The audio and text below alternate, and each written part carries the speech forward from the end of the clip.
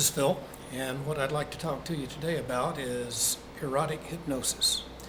Now, typically speaking, I think of hypnotic seduction as including erotic hypnosis, but the hypnotic seduction may be applied to getting someone into bed, whereas I think of erotic hypnosis is really what's going to happen when you are at the point of closing the deal and getting someone into bed, and or when you're already intimate with someone and you use hypnotic techniques in order to either enhance it or to accelerate the sexual attraction that occurs at that time. And so what I really want for you to understand is that there's an awful lot of erotic hypnosis built into my hypnotic poetry.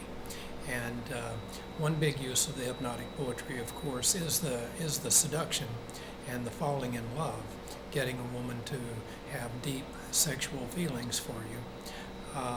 And so if you use the more erotic poems that are included in hypnopoetics, you'll find them particularly useful. One of the techniques I like to tell people about is the magic word. And if you use the magic word technique, what you would be able to do is to really take someone from a sort of a neutral state into a state of heightened arousal really, really quickly. And also, if they are already in a heightened arousal situation, this will accelerate it even more to cause the feelings that they have to be even more intense in their enthusiasm. And we all know that enthusiasm is important, and their enthusiasm will be even greater. And so this is how it works. What you do is you pick a word. It could be any word. The one that I particularly like to use is the word perfect. It could be any word, really. And what happens is when you notice that your partner is particularly aroused, when you find that your partner is just really getting into what's going on, then you just repeat the word. And so what you would do is just say, that's perfect.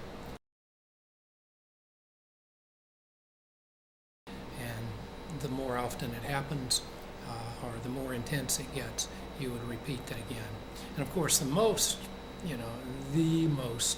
wonderful way to do this is when your partner's having an orgasm. While she's having an orgasm, you just say, "Oh, honey, that's perfect. That's perfect." If you do this consistently over a period of, a week or so, your partner will start associating the word, in this case perfect, with orgasm.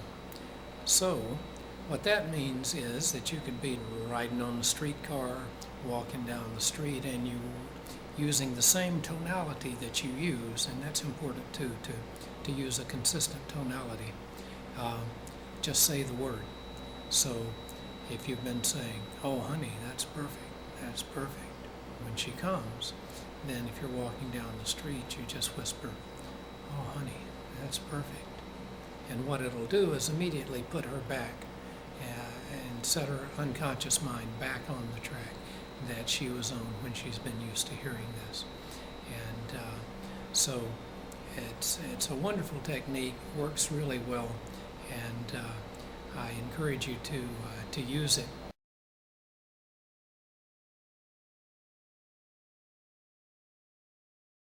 Pick a word that means something to you and to your partner. It might be,